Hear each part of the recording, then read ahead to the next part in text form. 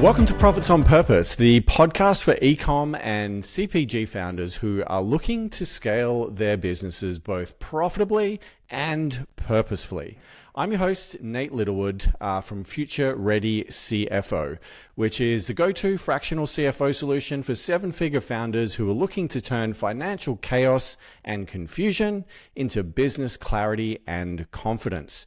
Anyway, today's guest is Sean Agatep, who's the co-founder and COO of Vincero Collective, which is a San Diego-based accessory brand that grew from a fairly scrappy Kickstarter roots into an 8-figure D2C business in an unbelievably short amount of time.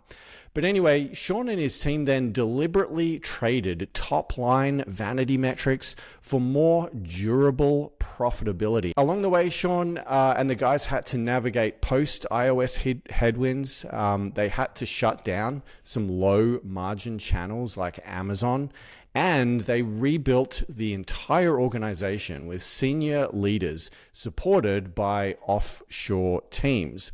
A lot of this work in terms of rebuilding the team and hiring offshore talent actually led these guys along the way to start a second completely separate business called Tidal, which we're going to be talking a little bit more about today, which is basically a founder-led recruiting firm for lean, high-performing e-commerce teams. Sean, welcome to the show. We have so much to talk about. It's absolutely great to have you on here. Yes, thank you very much for having me. I'm excited to get to brag about myself a little bit and everything we've been doing. Well, listen, I gave a bit of an intro to you just now, but was there anything important that I missed out there? No, I mean, you kind of covered the whole gambit that we've been, the journey that we've been going on. I think it was a very well put together. I mean, I wish it happened as cleanly as you you phrased it out there, because there's quite a few lessons learned along the way, but no, we can just dive right into it. Okay, perfect. Well, these things are, rarely as clean and neat as what they might look like on paper. And, one of the things that I really enjoyed about our conversation the other day when we, obviously caught up offline was just some of the things that you have learned over the years. I mean, you've been in the e-commerce space now for a long time. You've seen, what the pre-COVID era looks like. You've survived the ups and downs of COVID and, a lot of things in between. But one of the comments you made to me the other day when we were chatting is that you didn't realize that there were tailwinds until they were gone. I'd love to start off by talking about that lesson. What was going on at the time, and how did you come to that realization? Well, the simplest way to put that is that we just started running out of cash when the tailwinds are gone. I think depending on the life cycle of the business, when you start to see product market fit, which is really everything in the game, right? Once you start to see a little bit of traction and you can follow that progress, you can follow that growth, you get almost accustomed to easy wins, right? Mm-hmm. And there's certain things that things just start clicking and it's just working, and you'll open up a new channel and it'll just have natural traction, right? And so as you're going and as you're expanding, it's very easy to get very aggressive with a lot of the channels that you're expanding to. And then what happened is that as our business both started maturing, as we started to kind of reach somewhat of a plateau, from the digital marketing space, a lot of the channels that we were in became a little bit harder to find the same sort of efficiencies that we used to have. So there's a combination of that. I think for our product category as well, watches as a product started cooling off in popularity a little bit. So we ran into that a little bit. And so when there isn't just natural momentum for your product category, and you start to see you're not as efficient, you're not as able to just like generate easy wins across all these different channels, it starts to kind of snowball a little bit, and all of a sudden you find yourself spread a little too thin across all these different channels, and that's the situation we found ourselves in a couple of years ago. I see. And this was kind of during or post-COVID, or? I think it was post-COVID. We were like a lot of brands where we saw, that COVID bump. However, I think in hindsight, we were fortunate to where our product category started cooling off a little bit during COVID as well. So we Mm-hmm. felt a lot of those tailwinds turning to headwinds a little. Well, I think there's like a little bit of still of a gold rush through e-commerce within COVID as well. So Mm.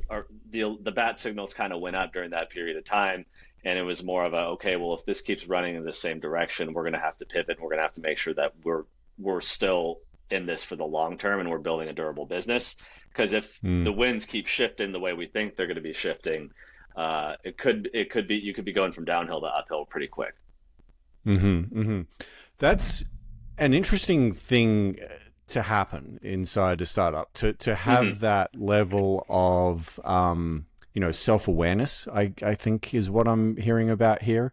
I mean, Hmm. I've certainly been guilty of this myself. When I was sitting in the founder seat, founders are blessed and sometimes cursed with this ridiculous level of optimism and enthusiasm for the future. Hmm. And it's often quite easy to ignore or sweep under the rug some of these negative data points that Hmm. might be telling a different story to the one that you want to hear. Um, was this kind of a discipline and being able to look at things as pragmatically as what you just described? I mean, was that kind of a learned discipline Oh, it was or? definitely learned, and it's not something that we instantly knew, right? Uh huh.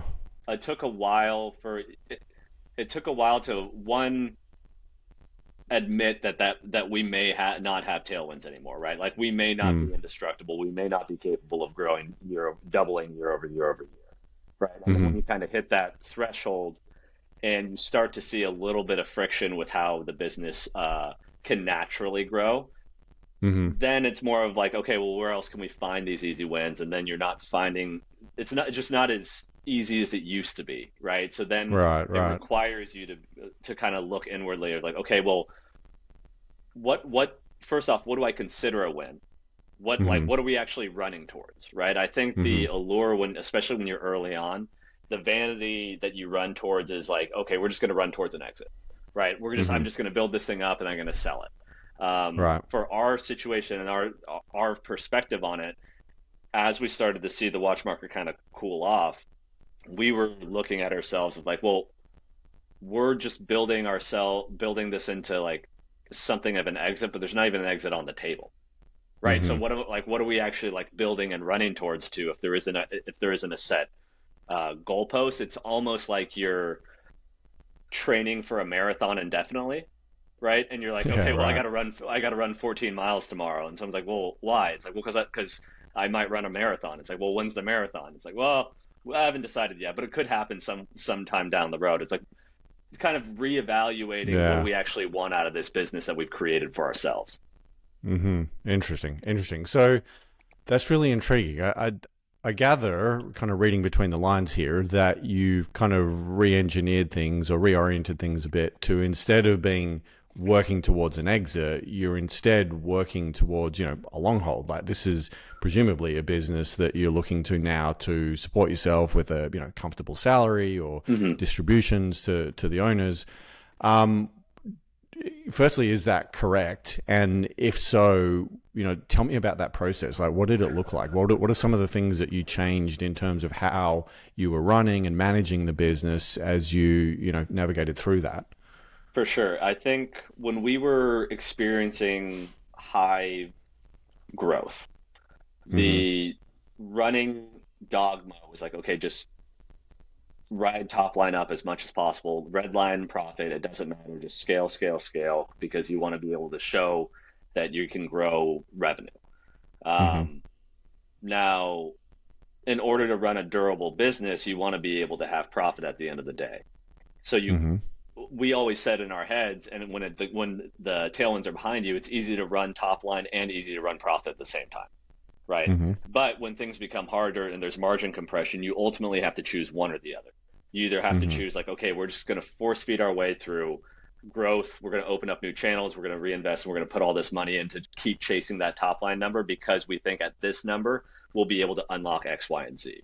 For our Hmm. skill set and what we knew what we were capable of, that road and that path seemed a little daunting. And it was like, okay, well, let's just make sure, regardless, that anything that happens throughout this, we're profitable and we're taking this much amount of EBITDA and that's the Mm-hmm. benchmark and that's the expectation. And if we have to Mm-hmm. sacrifice top line and we have to sacrifice some of these like cool vanity projects, that's a sacrifice Mm-hmm. that we have to be willing to take for the durability of this Mm. business. Um, because at the end of the day too, it is a cool business to run, right? We're in a very fortunate position to where I'm running the business with my best friends. We're making products that are for our own core demographic. So like we get to make the stuff that we would want to wear. You're building a Yeah. community around people in that same phase of life. Yeah. It's a cool thing to be doing anyway, right? Yeah. For So sure. then if you don't want to be doing it, at the end of the day, you should have retained earnings enough to where like it made it worthwhile. The journey made it worthwhile. Mm. Interesting. Interesting. Okay. Another thing you mentioned the other day that was really memorable to me was that you realized at one point that your revenue was larger than it should have been. Mm-hmm. Can you share with us, how did you know that that was the case, and what are some of the things that you had to do after you came to that realization? Right. I think it comes down to the life stage of the business as well, right? Mm-hmm. The first few years, it's almost like the first couple of years in college where everyone starts working out for the first time. So all of a sudden, everyone's like kind of like bloated, right? But then Mm-hmm. Mm-hmm. that's not sustainable. It's not like a long term. At one point, you have to figure out and understand what your natural weight is.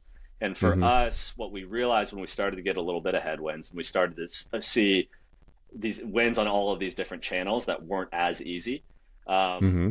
we kind of reevaluated from a P&L standpoint and from like an effort standpoint. And we had conversations like, okay, well, this channel that we started, we're Mm-hmm. gonna, in order to optimize it and make it work really well, we're gonna have to devote X amount of resources into this.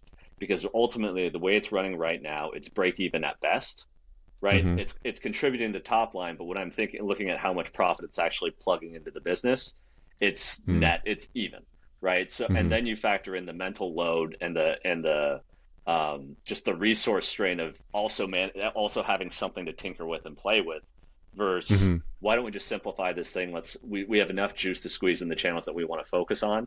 If we do want to unlock those other channels down the road and want to be able to put more intentional effort into those channels to be able to grow them, Mm-hmm. we always can do that, right? But to Mm-hmm. have the channels up just to have them up is unnecessary, especially in the state of the watch market and what we were just seeing in general within ecom.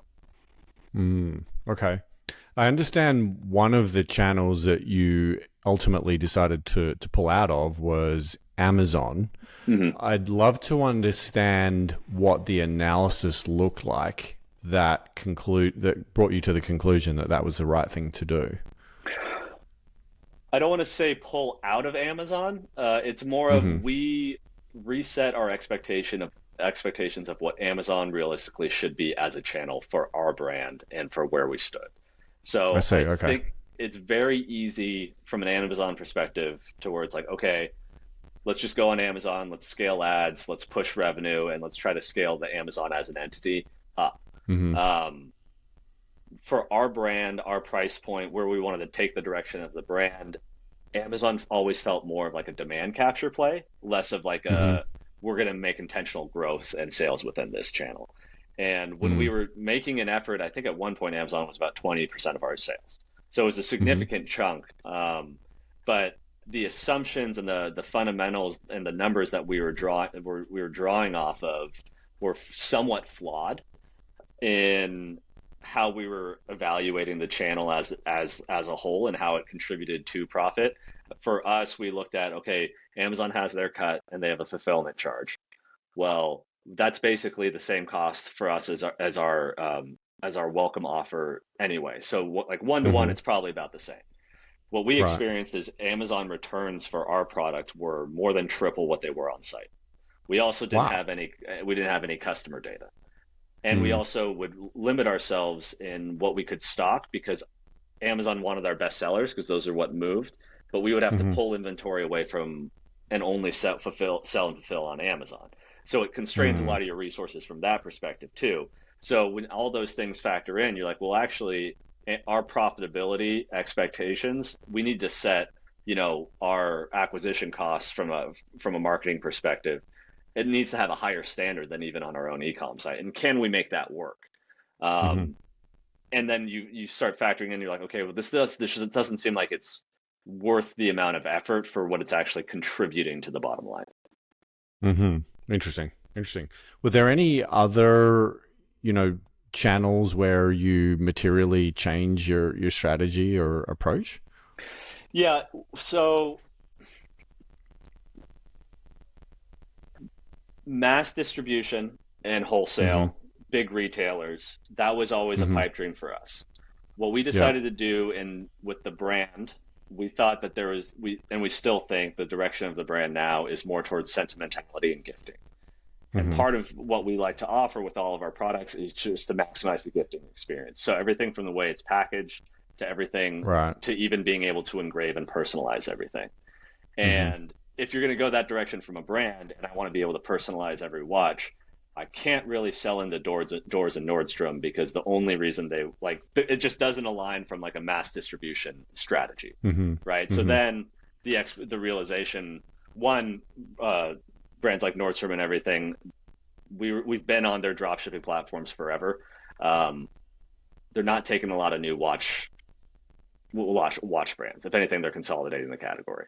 So okay, that door seems like it's very hard to open. So I think that's another example of how much effort do we want to put into forcing doors open versus Mm-hmm. being accepting of easy wins and maximizing opportunities. Mm-hmm. Mm-hmm. Okay. Interesting. So there's, over how long did this process go on for, by the way? We didn't really talk about this yet, but I would say a little over a year of like kind of okay. self-reflection and evaluation of, okay, this isn't a hyper growth brand the way it Right. stands anymore. What direction do we want to take it? Yeah. Yeah. So it was kind of like a conversation for a bit, and then it's very challenging, I think, also from a leadership perspective, to having those candid conversations, and then also Yeah. still trying to do the day to day and steer the ship, right? Because Yeah. I bet. everything you're mulling over and you're planning that could make an impact in 18 months, you kind of have to start putting the pieces into play right now. So then how do you Mm-hmm. set that up if like you're fundamentally going to change the business, or if you're going to go with a completely different direction? Mm-hmm. Mm-hmm.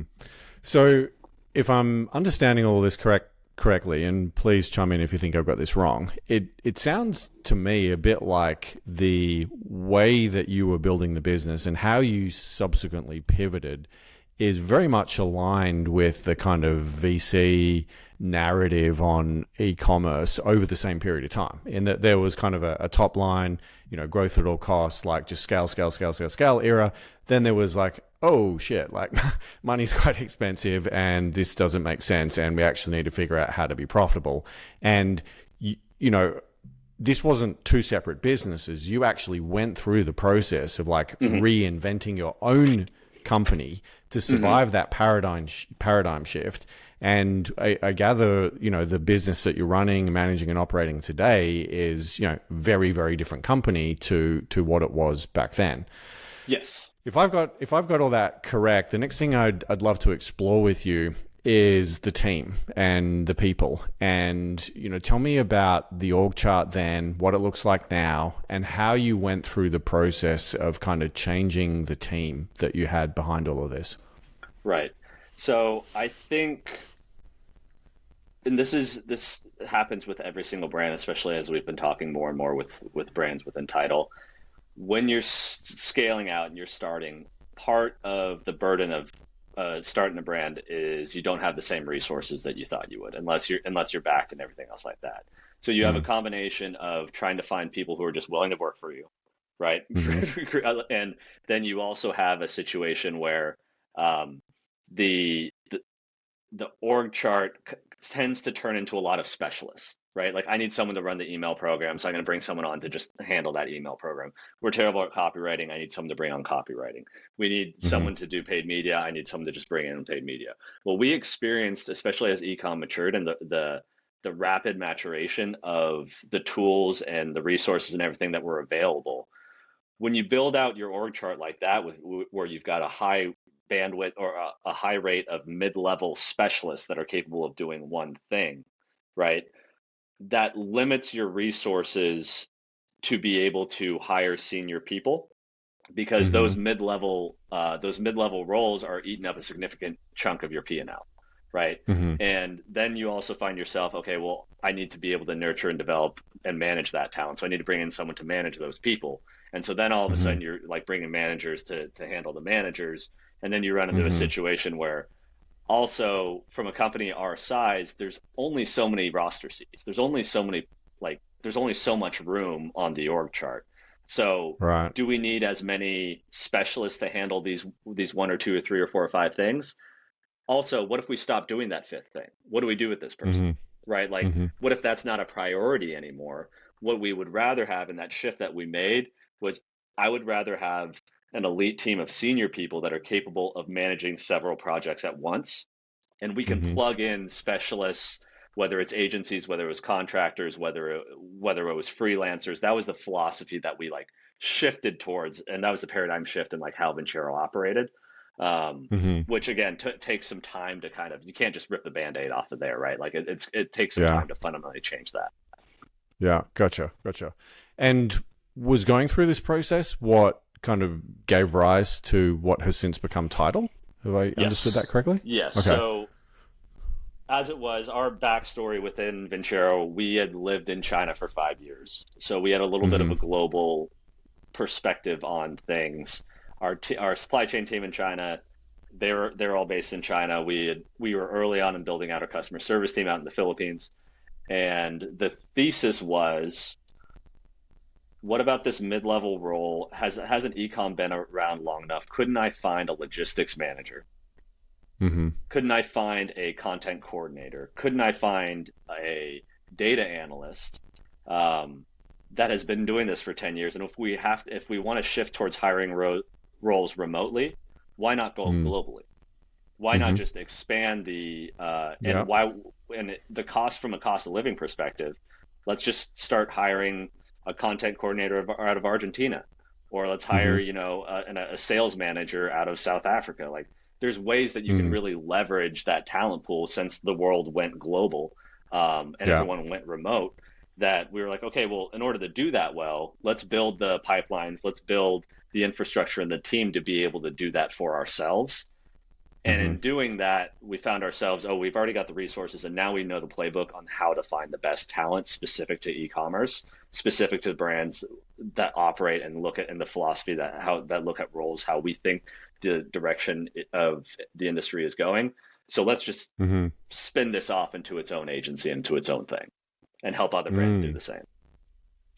Interesting. Well, tell me a little bit more about the e-com specific nature of Tidal. Like, what do you mean about e-com specific recruitment? So our challenge when we went through this process Mm-hmm. is we had to build it ourselves, because I could not work with a recruiting agency, or I could not, it's fundamentally hard to find good people. So Mm-hmm. imagine taking that globally, right? Yeah. How do I even find the best person to do that? So I would lean on specialists or agencies to be able to help, or service providers that said that they could provide the expectation and the caliber of work that I would hold myself to. The Mm-hmm. challenge was, all of these other recruiting agencies or all these other service providers that we explored, none of them had built an e-commerce team before, right? So no one knew the nuances and how Say. different. I mean, I could be talking with a direct competitor to the men's accessories brand.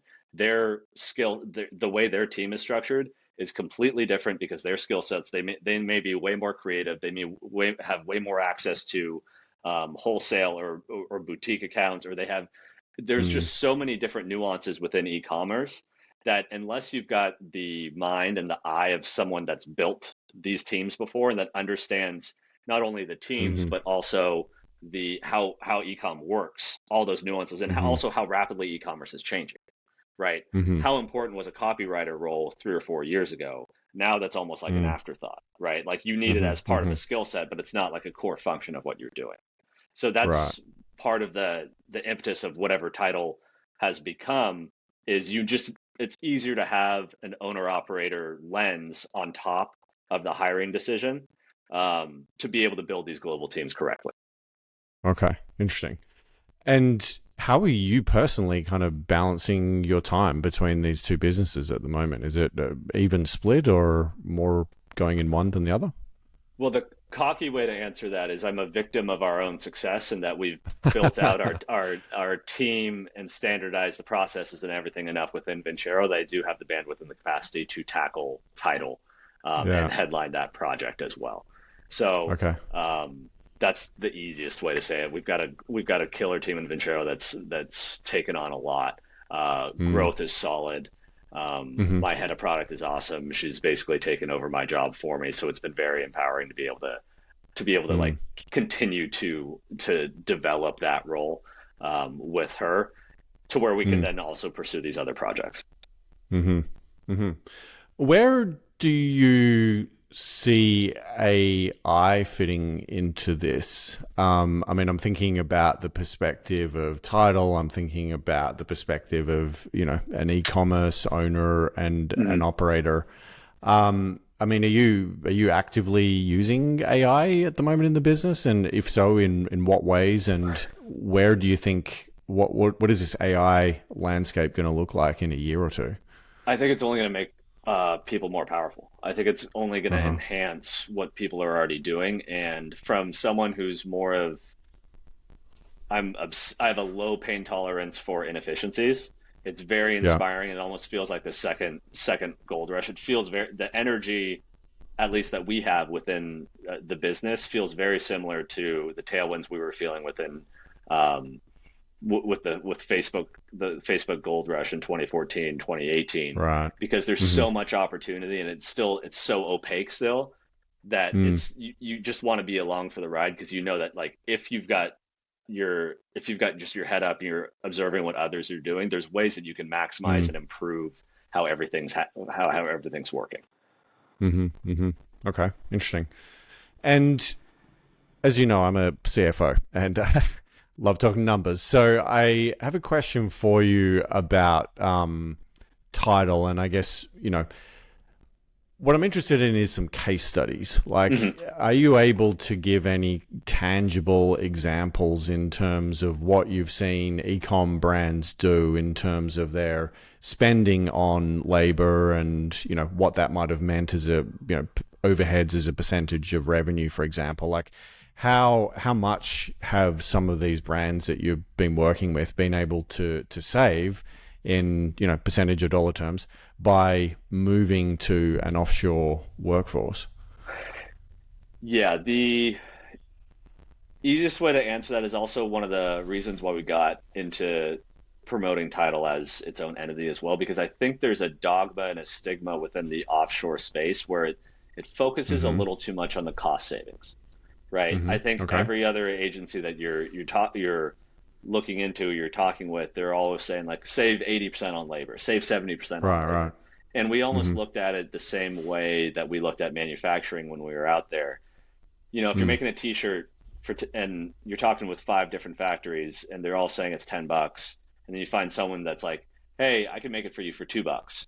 It's like, Mm. uh, I don't know if I trust that quality. And if I don't know if we really Mm-hmm. necessarily want to, like, it just seems a little too, what would be the way to see it?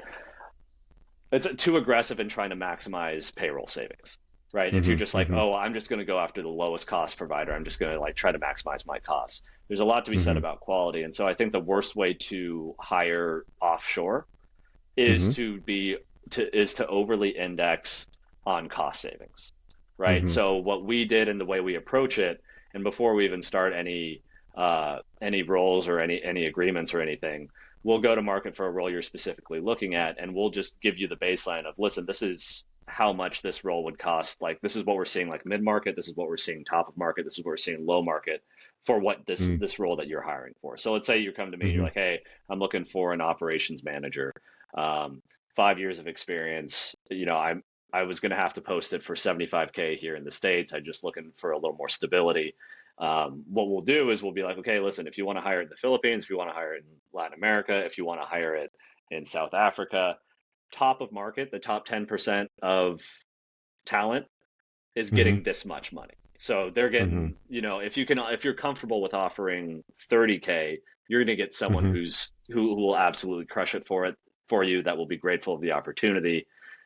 Mm. We see like cost savings for a lot of these mid-level roles that's realistically you want to hover in that 50 to 60% savings, Mm-hmm. because there's a lot Mm-hmm. to also, like, you want stability in the role, right?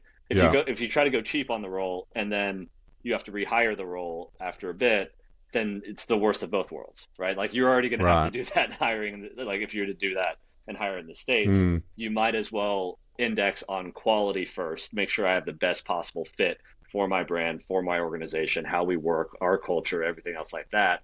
And then if I can maximize the cost savings as much as possible with that, then let's go Mm. with that. Yeah, that's a really good point about, turnover and having to rehire people, because every Mm-hmm. time that happens, you're going to invest time and effort into a new search process and training people again, which is, yeah, money that you could have avoided, I guess, had you, Yeah. retained the original person. Okay, interesting. Switching back to Vincero for a bit and the watches space, I Mm-hmm. understand, and you mentioned this earlier, that you're leaning very heavily into gifting and Mm-hmm. the gift giving experience. I understand that there's kind of an engraving or personalization element to the product. Yes. Um, can you tell me a little bit more about that? And I'd specifically love, to the extent that you're willing to share, love to talk a little bit about some of the unit economics and math behind that. Like, you know, is the incremental spend or cost of delivering that personalization, like what does the ROI look like on that, and what does the economics of what does the economics of that look like compared to the base product, which is perhaps not personalized, for example. Mm-hmm. Yeah. So this is a long learning curve. We've been doing engraving for, I want to say, 6, 7 years realistically. And Mm-hmm. it started with us just like, okay, let's just see if we could just personalize and engrave a few watches. Let's see if people would bite. Mm-hmm. And as we went through that process, then it also the maturation of the brand. When you're a watch company, you're spinning out watches. Even we internally, we had this conversation where, like, at a certain point, I just, even as the watch brand owner, I just don't Mm-hmm. need another watch. Mm-hmm. However, Mm-hmm. I gravitate, and the ones that I wear have sentimental meaning and sentimental value to me. So Right. that experience and, like, being able to capture that sentimentality is what we focused on within the engraving and within the gifting experience, is that, you can just get a watch that you like and you think it's cool. However, if you get a watch from you're in a wedding, you get a watch from your wife, you get a watch from your girlfriend, you get a watch from your mom, that, like, has an inscription on it that's sentimental towards you and has meaning, Mm-hmm. that's just going to hold a Mm-hmm. special place in your heart. And that's also just Mm-hmm. creating a very unique and special experience for your customers. So the Mm-hmm. unit Mm-hmm. economics and everything is almost secondary. We make sure we don't lose money on it, right? Mm-hmm. But it's not, the sentimentality and the long-term power of the gifting experience is what we're focused on, less Mm-hmm. than the we can make an extra $2 per watch with an engraving order, right? It's Mm-hmm. more of Mm-hmm. like, how much more powerful is that relationship with that customer with our brand, and what sort of service that can we provide to them, an experience that we can provide to them, to where that's the next time they think of gifting, or the next time they've got a milestone achievement, they think of us as well. One of the things you mentioned there is, staying in the game, right? Hmm. Like building a durable business and durable brand is about staying in the game. Hmm. I'm curious from the perspective of a guy who has obviously stayed in the game for a number of years now. What does that look like in terms of some of the financial metrics that you track or are keeping tabs on? Like, are you obsessed with a certain EBITDA margin or a Yeah. percent customer acquisition cost, overheads, cash conversion cycle? Like, what do those numbers look like that tell you that you're in a healthy place and you're well equipped to stay in the game?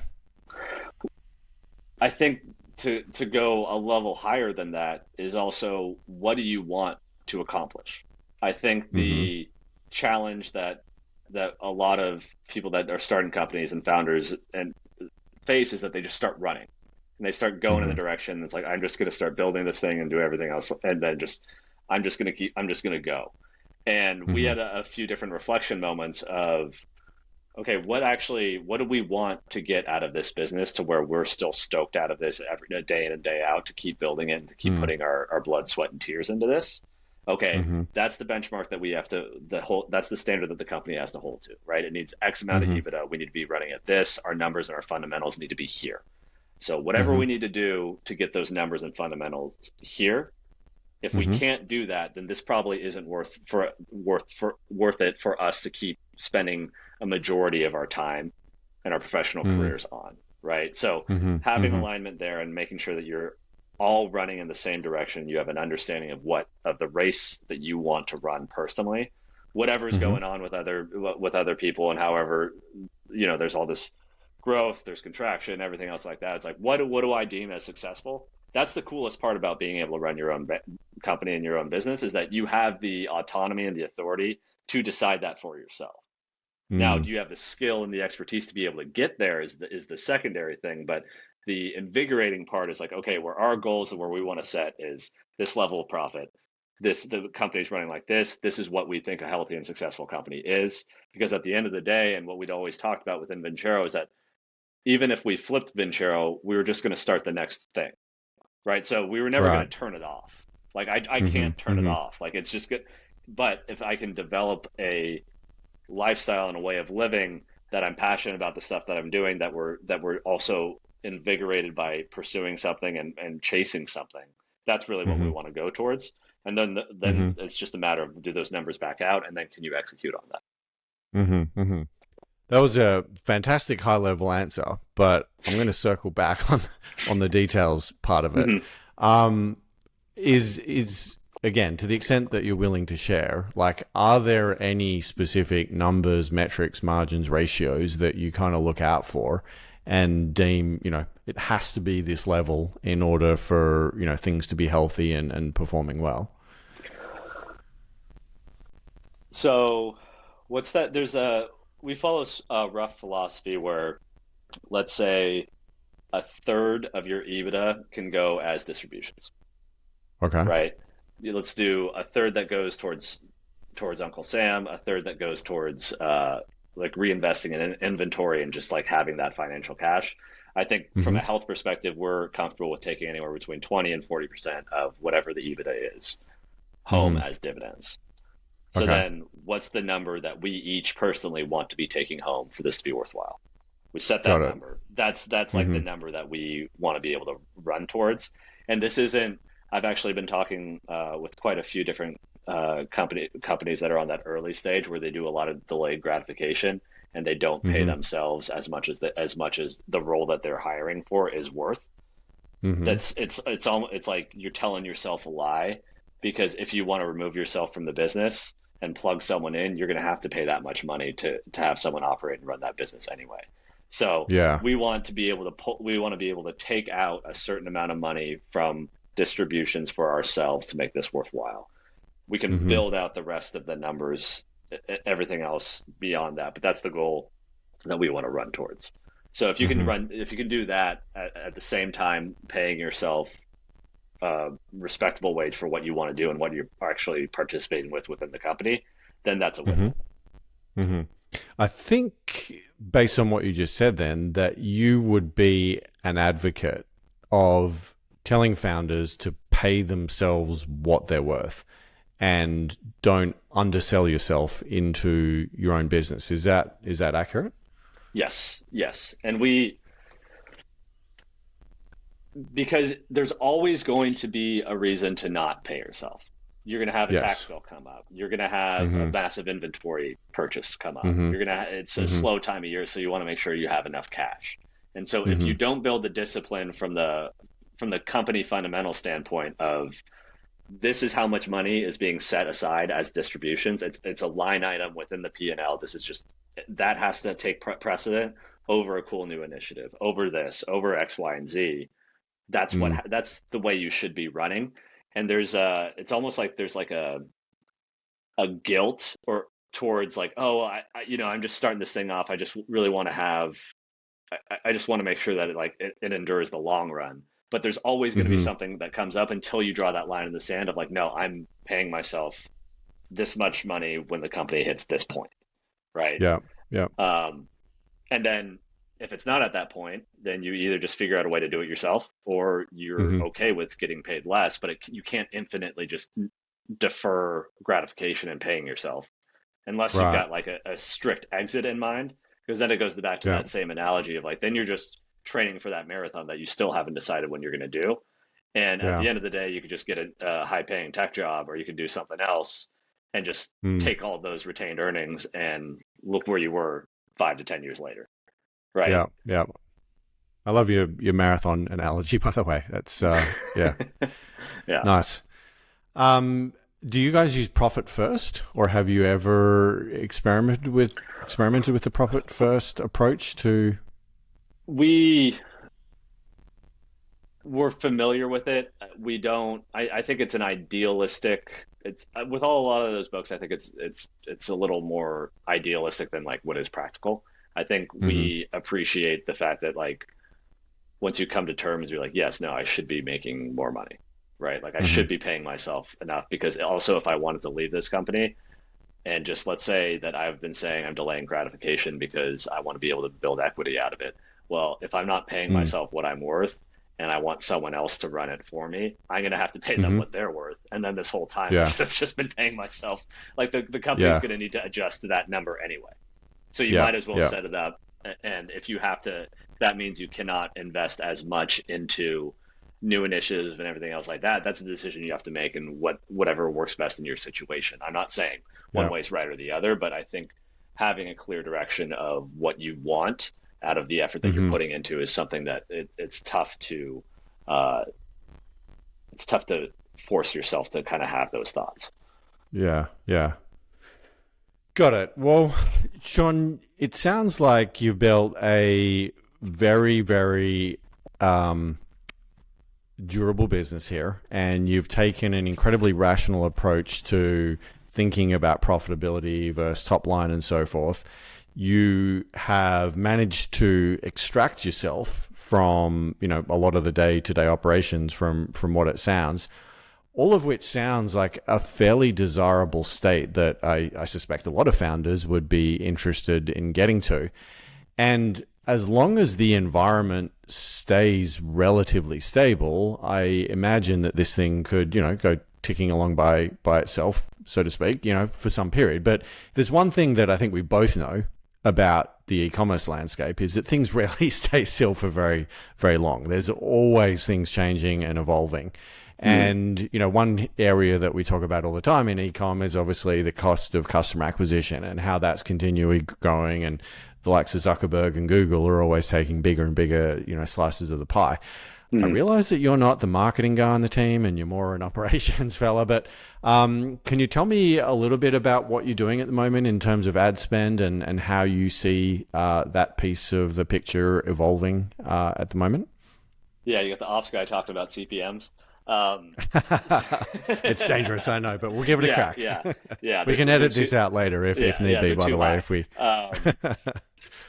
So I think the momentum that we have in the brand and the ad spend that we have is a lot of just reflective work in what we wanted, what we realized the fundamentals of the brand that was lacking, that was easy to be somewhat lazy with when you Hmm. do have those tailwinds.